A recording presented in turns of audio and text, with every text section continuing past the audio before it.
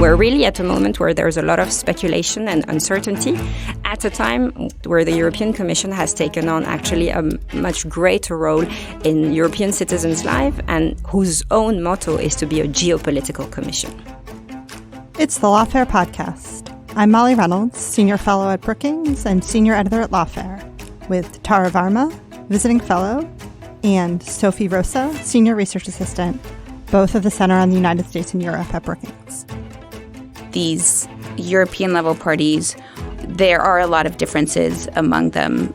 They're ideologically connected, but this is a loose coalition of parties having some similar orientation, but there are still a lot of differences among the national parties, which means that there's often disagreements also on different policy issues, and actually foreign policy especially. Today, we're talking about the upcoming EU parliamentary elections. All right, so we're going to dig into a bunch of topics today, but I want to start with the basics, which is what is the role of the European Parliament and how do its elections work? So, Sophie, over to you. Thank you, Molly, and thank you for having us on for this conversation today. I want to start at the very beginning and maybe just remind us all of what the European Union is. It is a political community of 27 member states. And then the way the Parliament fits into the European Union is it is one of the two legislative institutions within the European Union. So it has a lawmaking role. And if you want to picture kind of the European Parliament works in the legislative branch alongside the Council of the EU, which consists of the heads of government and the cabinet ministers of the individual 27 member states. So the Parliament has the authority to revise and amend legislation that comes through from the executive branch. And every new legislation that is passed in the European Union must be approved or rejected by the Parliament. However, the Parliament does not have the legislative initiative. It can't propose new laws itself. That comes from the executive level, which consists of the European Commission and the European Council, which is a collective of the heads of government, the Commission President, and the Council President. So again, the Parliament plays an important role in the European policy process because each piece of legislation has to pass through the Parliament.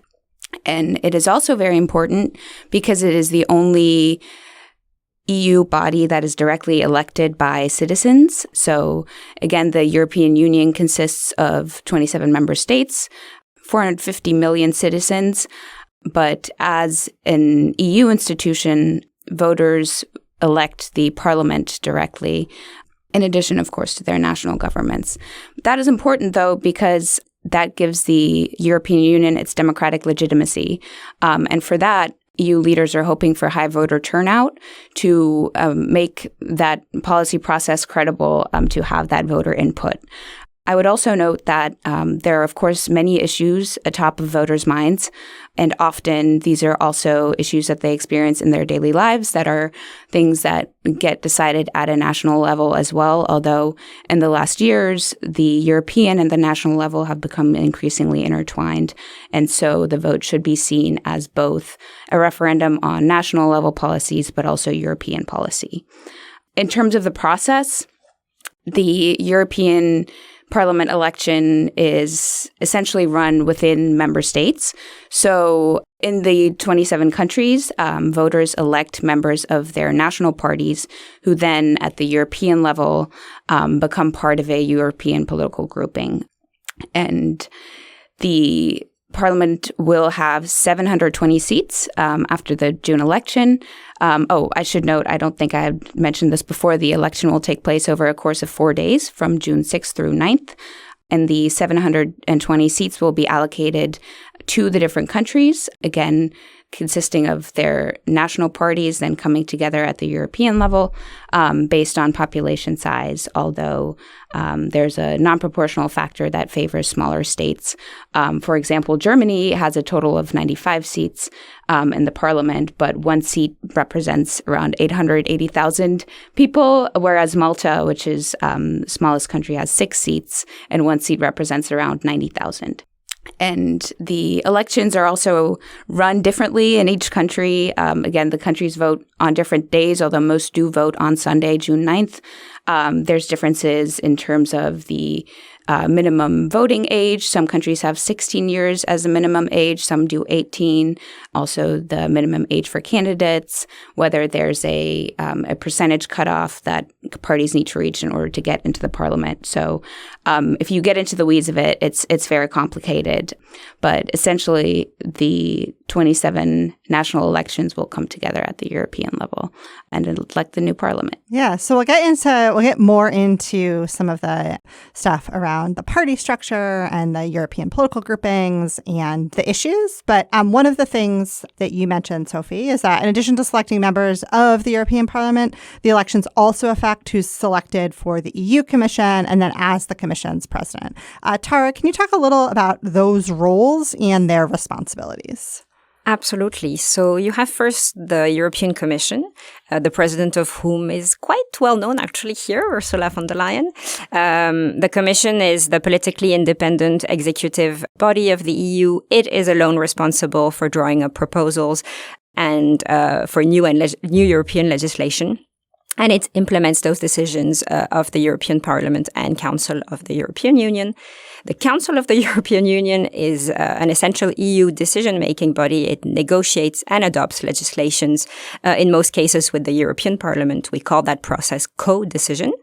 It has a rotating presidency every 6 months of each European member state. So right now, Belgium, until June 30th, has the rotating presidency for the first semester of 2024, and Hungary is going to take over that rotating presidency on July 1st. I should say the presidency of the European Council really has a moderating role. It's not theoretically supposed to be politically motivated, but the reality of the matter is from one member state to another, dependent on their history and political motivations, they might decide to take the opportunity of having the presidency to shape the agenda. They're not really supposed to do it, but we've seen it happen. My own country, France, did it when it had the rotating presidency in the first semester of 2022, because it was seen as really a vehicle for Emmanuel Macron's campaign. He portrays himself as a pro-European president, and so that was really key to him. There are many questions about what Hungary is going to do in the second semester of 2024, whether it comes to Ukraine, European defense, migration. We'll talk about those issues later, but it is quite an important moment. The European Council are quarterly meetings where EU heads of state meet, and the Council of Europe is not an EU institution at all. It's it's Europe's human rights organization, I should say, but it has virtually no power. So we're at a moment right now where the Parliament will have to elect the future president of the Commission and the College of Commissioners, 27 commissioners, each nominated by their country. The role that they have inside the Commission is, of course, key. Each commissioner is the head of a general directorate. And there are a lot of those which are quite key. Competition or trade are the most exclusive and important competencies of the Commission. But one of typically the commitments that Ursula von der Leyen has taken, were she to be re-elected, is to have a defense commissioner of the EU, something that has never happened before. So there's a lot of speculation around who that might be. One of the key front runners for that position is current Polish Foreign Minister Radek Sikorski, but the current Estonian Prime Minister is also seen as potentially having a new role either at the European Council or the European Commission. So we're really at this moment where there's a lot of tractation going on, a lot of people positioning themselves. And we're also seeing an Ursula von der Leyen whose re-election was almost a given last year. But basically since October 7th and Hamas's attack on Israel and her initial reaction, which was to side fully with Israel, we've seen a bit of a backlash coming from a number of member states who said that they would support her for re-election. And it's not just that. Her position on economic security is not fully endorsed by all the member states. Her proximity with the US is not always seen also in a positive light by a number of member states. So what we're seeing now is actually one of the key member states, my own country, France, who had said that they would support her, who are saying now that they're thinking of other people to take over from her. So we're really at a moment where there's a lot of speculation and uncertainty at a time, and we'll get back to it, where the European Commission has taken on actually a much greater role in European citizens' lives, and whose own motto is to be a geopolitical commission. Sophie, you mentioned before the sort of way in which members of the EU Parliament are elected in their individual countries, but then there's a sort of different party structure in the EU Parliament itself. So, we know that a number of European countries are dealing with ascendant populism in their individual countries. It's channeled into sort of specific parties in their multi-party systems. How is that playing out at the EU Parliament level? What does the party structure look like in an institution that spans many countries that have different party and different electoral systems? That's a great question. And essentially, I would say the European party structure does have a lot of parallels to the national level party structures. So you have a center-right party, the European People's Party, also known as the EPP, the kind of socialists and Democrats, which are on the center-left. Those are the big mainstream parties. Then you have a Liberal Party of Renew Europe, and also the Greens and Free Alliance, also on the center-left end of the political spectrum. Then you have a far-left party that brings together left-wing political parties across member states. And then, of course, you have the right-wing parties as well. And I think this gets to your question of these national populist movements, often with a hard right element, that are coming together at the European level. So in my country, Germany, we have the AfD, the Alternative for Germany. In France, you have the National Rally Party, and also the Reconquête. Exactly. And so those are grouped into the European Conservatives and Reformers and the Identity and Democracy Party, which are both, again, Eurosceptic and have these populist right-wing parties as their members. One thing I will say is that often these European-level parties, there are a lot of differences among them. They're ideologically connected, but this is a loose coalition of parties having some similar orientation, but there are still a lot of differences among the national parties, which means that there's often disagreements also on different policy issues, and actually foreign policy, especially with regards to Russia, Ukraine, also EU-China relations and transatlantic relations. And I think we'll get into that later as well.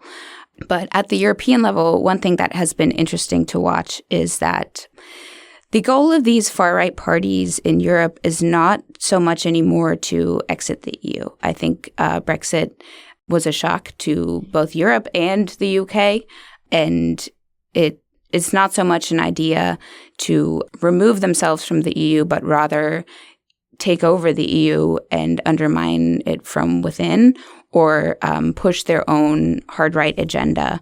And in 2021, Marine Le Pen of the National Rally Party proposed this declaration that about 16 other right-wing parties, including Orban's Fidesz party and also Salvini's Lega party from Italy, signed on to, claiming that there was a takeover of radical forces within the European Union that wanted to create this European superstate.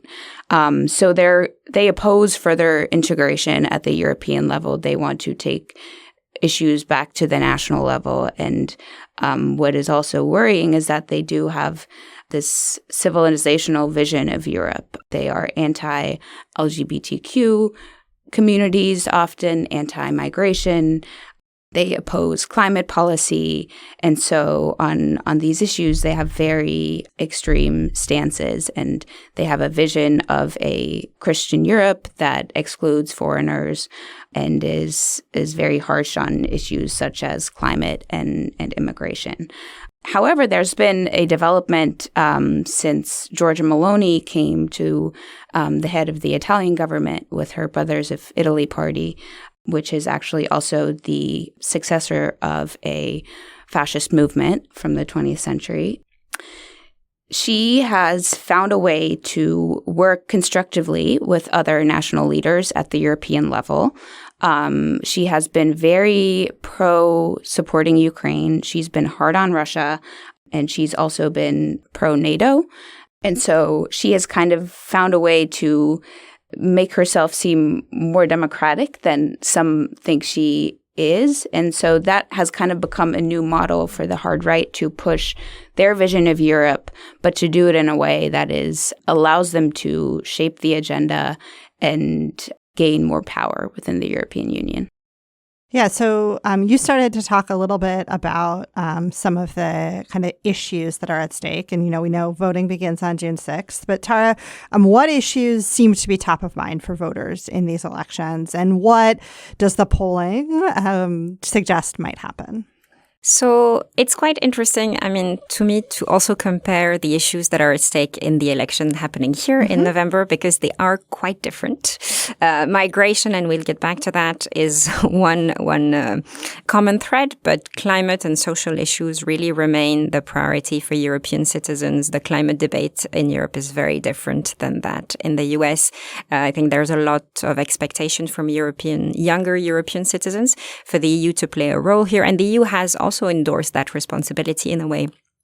One of the major policy proposals that the von der Leyen Commission came up was the EU Green Deal, and really this idea that Europe was going to use its main tool, the single market, to not export climate policies, but ensure that it partners with countries and helps them go through industrial and climate transition. So this remains a fairly big issue. I often tell my friends in the US that there is a big debate also in Europe about flight shaming, something that's, I guess, not so well known here, but passing legislation that would limit the ability of people to fly a number of, limited number of times in their lives, unless they're a diplomat or traveling for work or their family is living abroad. But this is the kind of debate that we're having. I had colleagues when I was still living in France who would travel to Germany by train, and it would take them almost a day to do so, against taking a flight that was an hour away. So we're really having different sorts of discussion. I think the social, what I call social justice issues are also really key, where we saw a lot of farmers' protests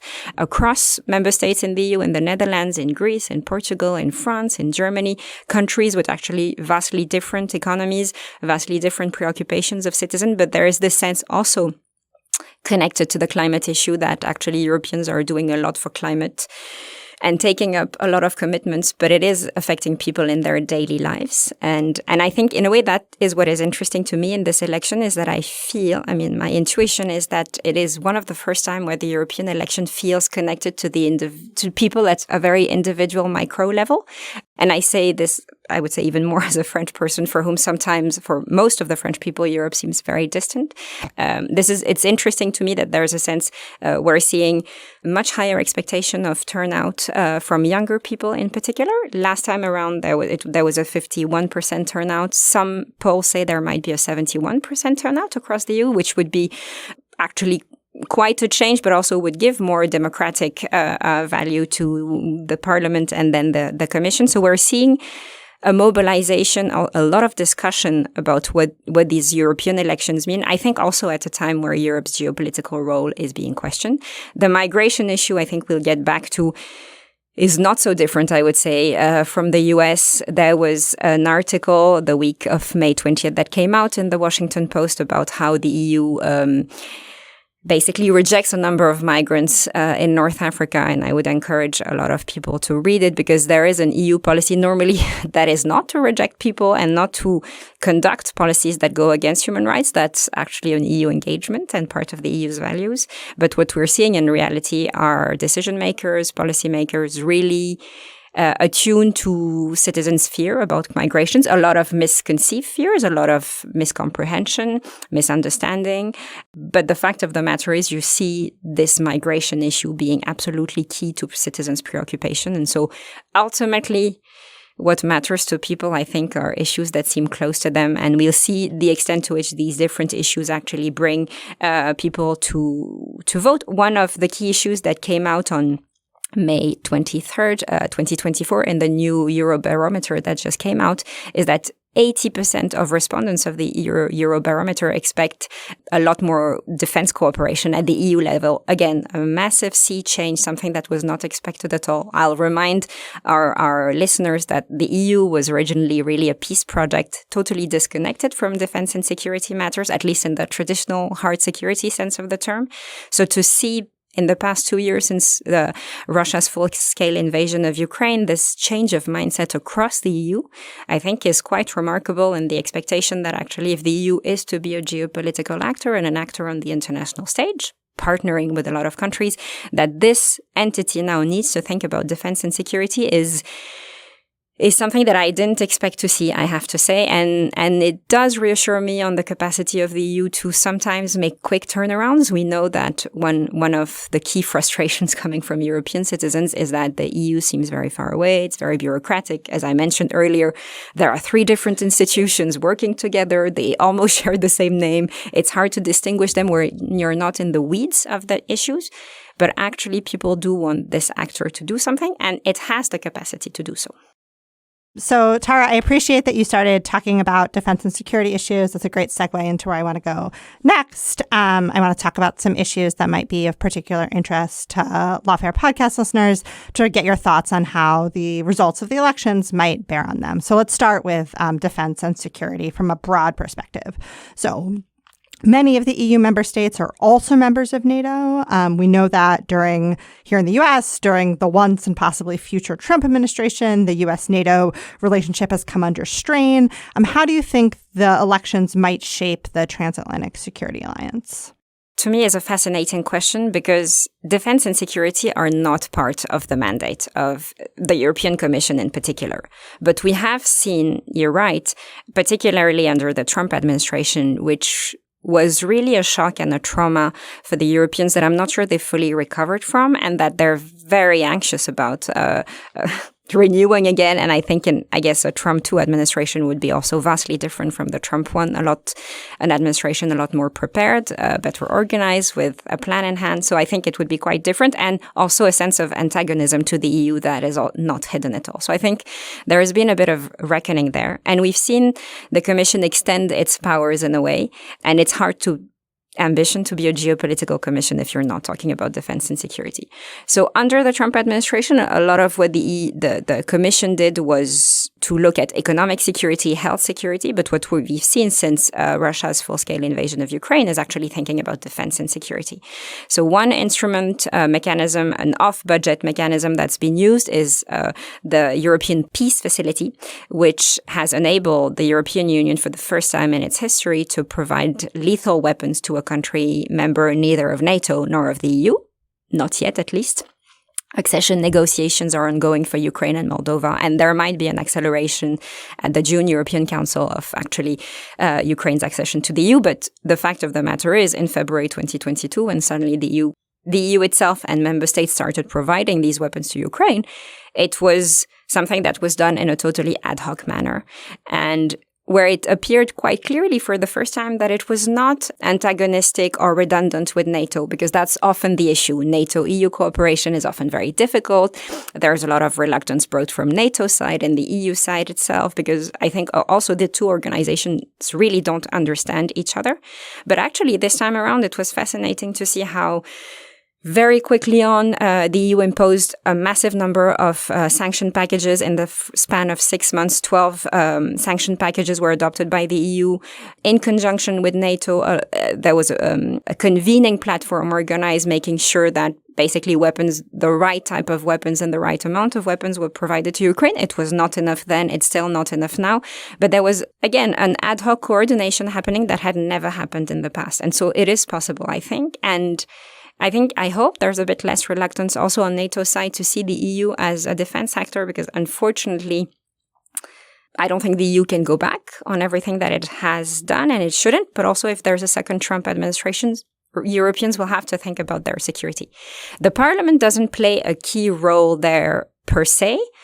But if we see something that Sophie has mentioned, a rise, massive rise of the far right in these elections, they will want to take European foreign policy in a different direction. And they'll be able to do so not just at the parliament, but at their own national member state level. And that plays at the Council of the EU because it's where decisions are made amongst member states who still have the prerogative when it comes to defense and security. So actually there's a connection there.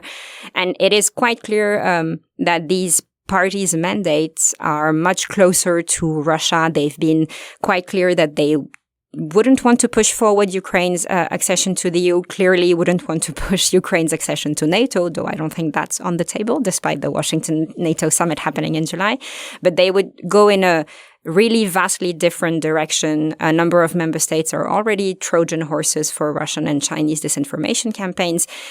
So you could see how a lot that has been happening in the past 2.5 years could unravel in a fundamentally different direction very quickly. So we'll come back to China in a second. But first, I want to ask Sophie about Ukraine. So obviously, one of the most pressing security concerns, both in Europe and globally right now, is the war in Ukraine. What role does the EU Parliament play in providing support for Ukrainians? And what direction might that go in after the elections? As Tara mentioned, the EU was instrumental in passing the series of sanction packages since in the immediate aftermath of Russia's full-scale invasion and since on economics, on individuals, instituting the oil price cap, etc. So that was really the EU came together and got this done. And in that was a really important partner also to the United States in responding to Russia's illegal invasion. The European Union as an institution, but also the national member states together have also provided a lot of aid to Ukraine.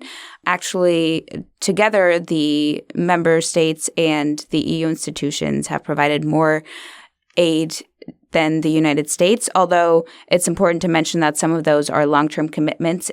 Not all the money has been allocated yet.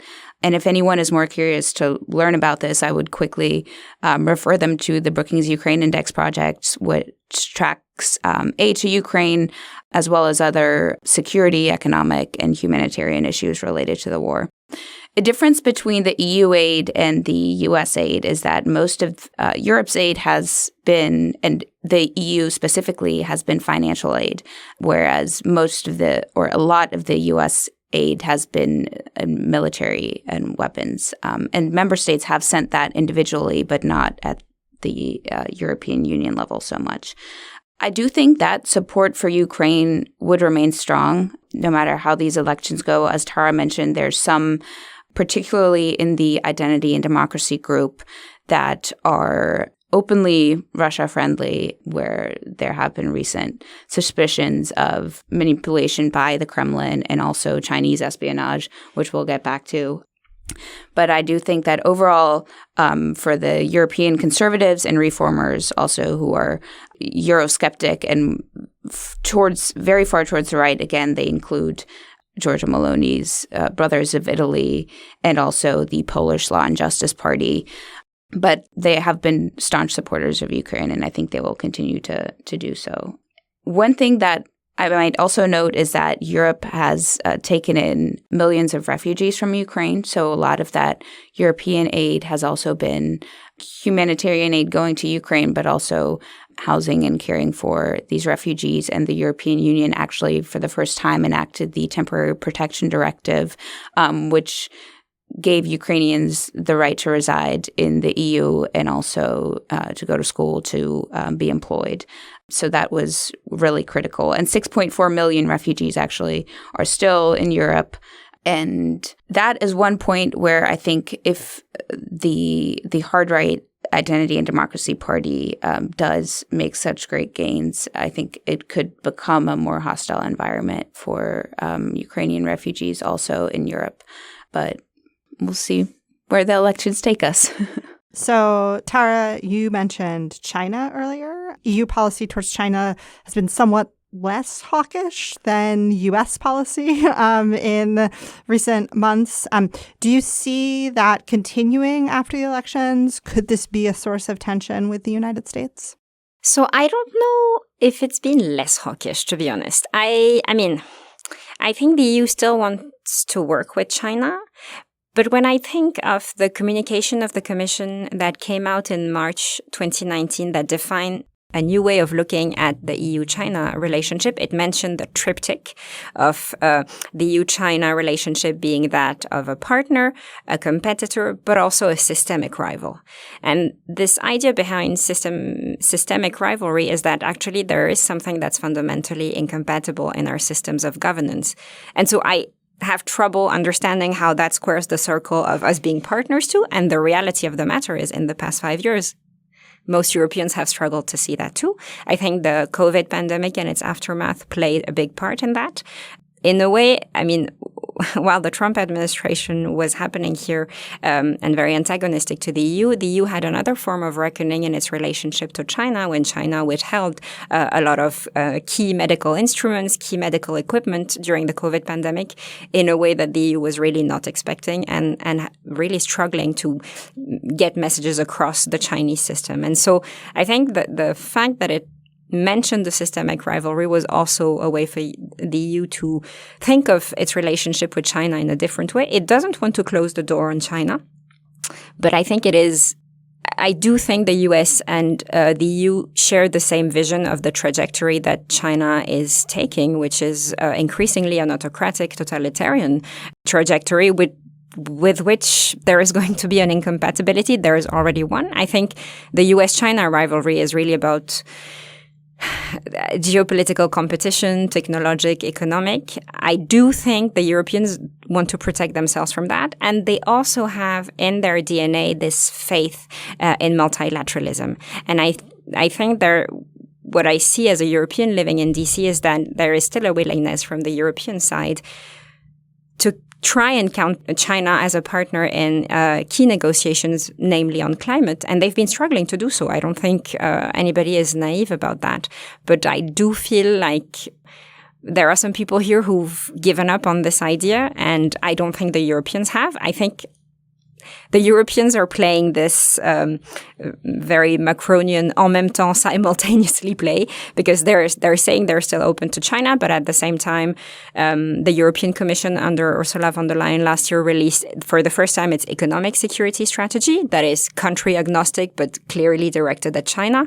And she's, I would say, much more hawkish on China than other European leaders. So there's also actually something at play here for her own political future in Europe because some do find her a bit too hawkish. But the Europeans have also opened an investigation on two Chinese EVs present in Europe, which are much cheaper than electric vehicles. And so Europeans are also confronted to a dilemma here, which is that China provides cheaper electric vehicles, which would by definition be accessible to more people. But at the same time, that plays against European industries trying to reindustrialize in this moment, something that the US is trying as well. And this is where we'll see whether that transatlantic cooperation will continue or not. The Inflation Reduction Act, the CHIPS Act, was not well taken in Europe. These were signs that the US actually could also use its trade and financial instruments. Well, that it does use it against China is one thing, but I think Europeans do fear that it would be used against them. I'm thinking typically of steel and aluminium tariffs that were instituted by the Trump administration that were not revoked under the Biden administration, despite very clear demands from the European side that it happens. The announcement a few days ago that by President Biden that there were massive tariffs imposed on China is something I think that is fully understandable, and I'm not saying that Europeans won't do it themselves, but it does raise alarms in terms of whether these types of tariffs would be applied to partners as well. And I think there is this sense in this triangulation between the US, Europe, and China. There is a sense that there should be a lot more transatlantic cooperation. We won't agree on all the issues when it comes to China, but we do need much stronger cooperation and a common agenda. There's an EU-US dialogue on China. There's an EU-US dialogue on the Indo-Pacific now. But taking those dialogues to the next levels with clear cooperation, clear proposals, policy proposals is proving to be not that easy because there are actually competing industrial interests between Europe and the US. The risk here is that China tries to drive a wedge between us and exploits those differences. So the onus really is on the US and the EU now to solve this, I would say, before the presidential election here. So I have one more issue that I want to talk a little bit about. So Tara, you mentioned earlier that one place where there kind of is overlap between the coming U.S. election and these elections is around the role of migration and immigration as a major issue. I know you two have been working on some work around the EU's new migration pact. How do you see these elections impacting the trajectory of that pact, and what role kind of is migration as an issue playing in the campaign? That's a great question, and I do think that there are a lot of parallels to the U.S. debate. At the start, I would mention that migration has increasingly been seen as a security issue. It's being viewed within the bucket of security and foreign policy, not so much as a humanitarian development issue.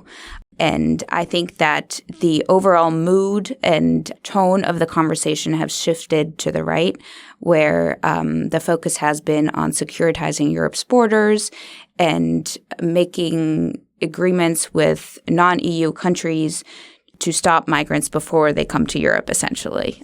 It is deals that the EU has made in recent weeks and months with Tunisia, Egypt, for example, providing development aid in exchange for closer monitoring of migration movements, and also a deal between Italy and Libya, for example, that provides aid to the Libyan Coast Guard for maritime patrol operations so that migrants can be apprehended before they reach European shores. The new EU Pact on Migration was just passed by the Parliament and the Council in recent weeks. I think the votes happened in April and in early May. And there's two key parts that I would mention here. The first is a new accelerated procedure at the EU's external borders that will put people from certain countries who have a low recognition rate of being granted asylum. They will be put into this new accelerated procedure, which is supposed to take up to a maximum of 12 weeks. And during that time, they will be held at the EU's borders in detention-like facilities. And initially, more center-left leaning progressive leaders across the EU had pushed for exceptions for families and children, for example. But at that point, ultimately, Giorgia Meloni, at the head of the right coalition, pushed through the deal without any exceptions. So that has been heavily criticized. Another point is a new solidarity mechanism. So the common European asylum system has, until this recent pact, been based on the Dublin regulation, which prescribes that the member states in which an asylum seeker first sets foot is responsible for processing their asylum claim. And that has posed a heavy burden on external countries with external borders at the forefront of the EU, for example, Italy, Greece, and Spain. And so there have been calls for a better mechanism to share responsibility in this issue area across the EU. So this new solidarity mechanism proposes a quota of, I think, 30,000 asylum seekers per country that every member state is going to be obligated to take in. But they can also opt out of taking in asylum seekers and pay 20,000 euros per person to financially assist countries that do house them, or provide other aid to help countries who are ultimately hosting asylum seekers. So those are two key points. And there has been opposition to this new pact, especially the solidarity mechanism, from Orban's Fidesz party on the right, but also the new Polish Prime Minister, Donald Tusk, had criticized it. And so it's still questionable whether it could stop the number of asylum applications in Europe. And again, it emphasizes the external borders of the European Union, trying to reduce numbers and cut itself off from people coming to Europe.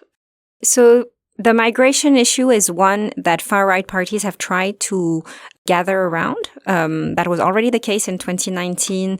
Marine Le Pen at the time and Viktor Orban had tried to kind of form a common program based on basically the sole idea that they wanted to block migration. And they didn't manage to agree because, as Sophie said earlier, there are actually a few differences amongst them still. The question now is, I think Le Pen and Orban were they're two characters, two politicians in Europe with particular histories. In a way, what I am scared about right now is this new personality that Giorgia Meloni is. She clearly comes from a neo-fascist political party. When she was elected, when she was brought about as Italian prime minister, she was anti-EU, anti-NATO. And in a very astute way, she kept the anti-EU part, but became pro-NATO and pro-Ukraine. And so that warranted her quite a lot of support from the US government. We saw her a few weeks ago in the Oval Office with Biden, giving her a hug, being very close to her. So really kind of an endorsement of her, very much an endorsement of her by Ursula von der Leyen, president of the European Commission too. She brought Meloni as the only EU head of state to Egypt for a security deal that was signed with Egypt.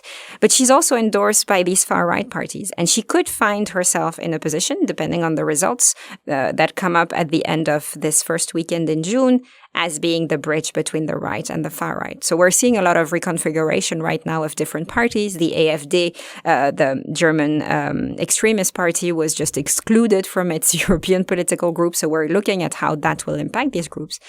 But we find with Meloni, for once, a personality capable of bridging the two. And I think that poses a real problem on key policy issues, migration, climate, and of course, Russia, Ukraine. And so this is all speculation. We're still expecting to see the results. But in a way, the role that these elections have played this time around seems much more important and much more connected to people's lives than the previous elections have. And I guess the universal suffrage element to it is also really important. So it's good that people seize these issues and, of course, go to vote. But we're going to see what issues matter to them in 2024, a year where there are many other elections, 4 billion people, I think, all in all in the world, going to vote, call to vote this year. So let's see what happens.